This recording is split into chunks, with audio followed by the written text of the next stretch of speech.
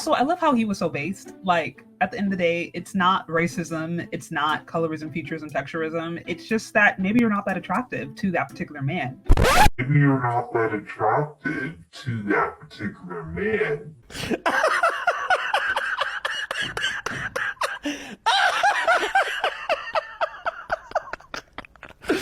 Whew. I know that's hard to hear, but not everybody's going to be attracted to you. Not everybody is everybody's type. There was a time in my life where I felt like I wasn't getting any male interest. I was like, what's going on? For a while, I thought, okay, this is God keeping me single. And then it was men, they just like white women, or they just this, like I had the whole laundry list of reasons. And then I figured out that I was really hard to approach. And there were actually men who were interested in me that I shut down. So like after I did my own work and was honest with myself, I was like, oh, okay, my issues in my relationship life are me.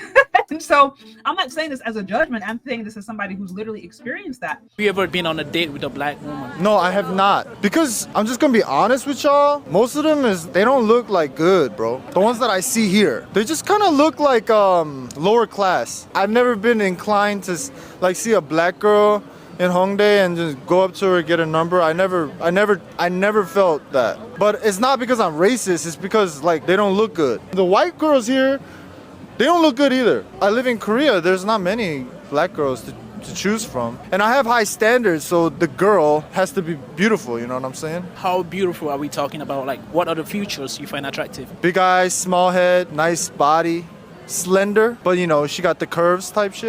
I see like in music videos and shit, in the rap, they're sexy and they look really really pretty, some of them. You know what I'm saying? Like genetically gifted black girls. But you don't really see like the top most beautiful black girls in Korea. What would they be doing here? They in their native country, you know, getting the high value men. You know what I'm saying? That's what I think. What is your Instagram ID? _StoneC. Wow. That is a classic case of wherever you go, there you are. I've long said that pretty privilege is more detrimental to women than colorism, texturism, featurism. Because at the end of the day, if you are a beautiful, attractive woman, you are going to get looks. You're going to get stares, you're going to get intrigue, and you're going to get male interest. There's really no way around it.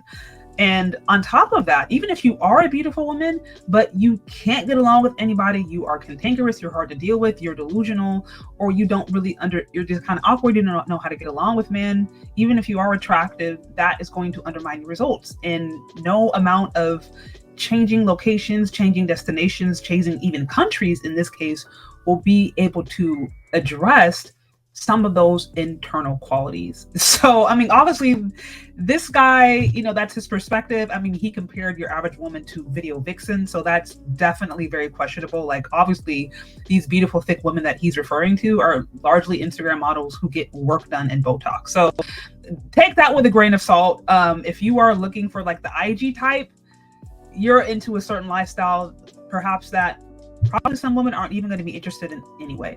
But I think to a larger point, but I do think it is important as a woman in general to be introspective about what you are doing, what is going on in your relationship world, and why is it that you are getting the results that you want. If you are not getting a lot of male interest, if you're having a hard time getting anybody to want to talk to you, what is it? What could it be? Is it that you are hard to approach? Is it that you're not really taking care of yourself and men are visual? And if you are not visually appealing to the men that you want, they're not going to go up to you. Is it that you are off-putting? Is it that you have a bad attitude? And so I think these videos are really great reminders of what am I doing as a woman to make sure that I am positioning myself to actually be found or to be with the kind of men that I want. And so these are just great reminders of what that is about, because what sounds like what he described is women who maybe were not as introspective about themselves. And I think those are just good conversations for a person to have with themselves in general. I've mentioned this multiple times before that there is a time in my life where I felt like I wasn't getting any male interest. I was like, what's going on? For a while, I thought, okay, this is God keeping me single. And then it was men, they just like white women, or they just this, like I had the whole laundry list of reasons. And then I figured out that I was really hard to approach.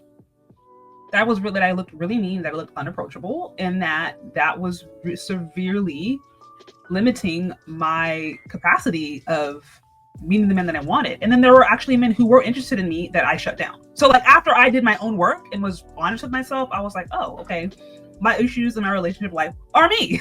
And so I'm not saying this as a judgment. I'm saying this as somebody who's literally experienced that, went through that, received horrible advice in dating from other people, older women in my life. That's a whole video.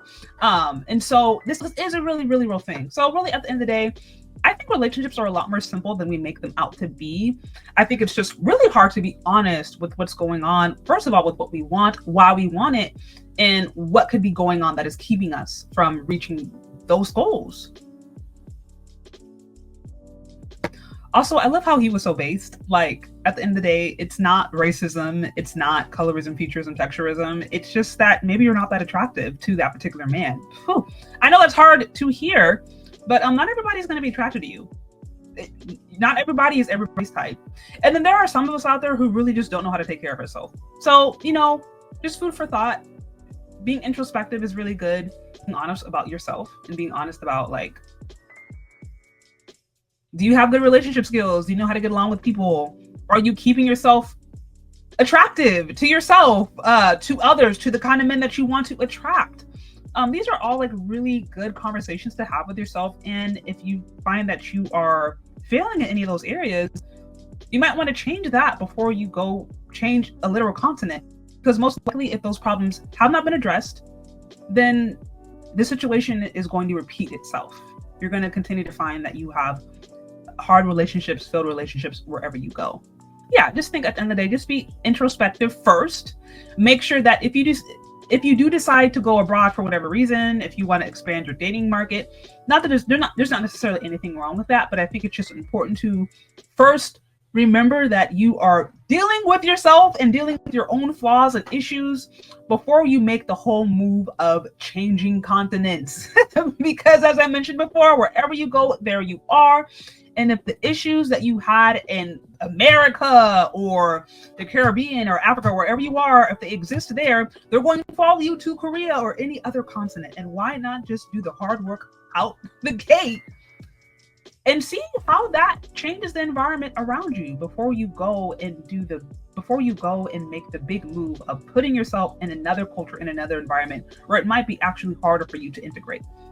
But anyways, those are my thoughts. What do you think? Do you agree? Do you disagree? Let me know. Leave your questions, comments, concerns in the comment section below. Thank you so much for listening if you've gotten this far, and we'll talk later. Bye.